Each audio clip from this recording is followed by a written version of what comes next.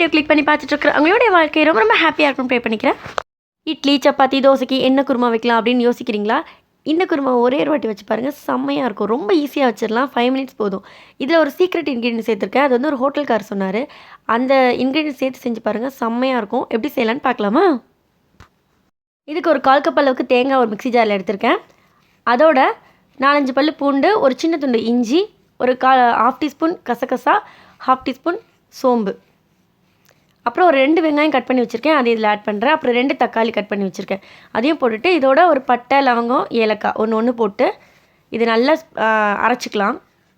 அரைச்சி எடுத்துருக்கேன். இப்போ ஒரு கடாயில் எண்ணெய் ஊற்றிட்டு ஒரு 2 டீஸ்பூன் அளவுக்கு எண்ணெய் ஊற்றிருக்கேன். அப்புறம் கடுகு உளுத்தம்பருப்பு போட்டுட்டு கொஞ்சமாக வெங்காயம் தாளிக்கிறதுக்காக ஒரு 4-5 சின்ன வெங்காயம் வெட்டி வச்சுருக்கேன், அதை போட்டுடுறேன்.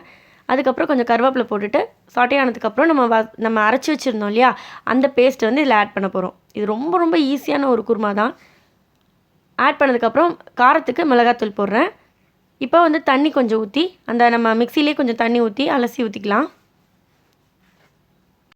அப்புறம் உப்பு போட்டுக்கிறேன். இப்போ நம்ம சீக்ரெட் இன்க்ரீடியன்ஸ் என்னென்னா தோசை மாவு தான். அதுதான் அவர் சொன்ன சீக்ரெட் இன்க்ரீடியன்ஸ். இது வந்து ஊற்றினா இது வந்து 1/4 கப் அளவுக்கு எடுத்து தண்ணி ஊற்றி நல்லா மிக்ஸ் பண்ணியிருக்கேன். மிக்ஸ் பண்ணிவிட்டு இந்த குருமாவில் ஊற்ற போகிறேன். இது ஊற்றினா எதுக்கு ஊற்றுறாங்க அப்படின்னா, இது ஒரு டிஃப்ரெண்ட்டான சூப்பரான டேஸ்ட் கிடைக்குது.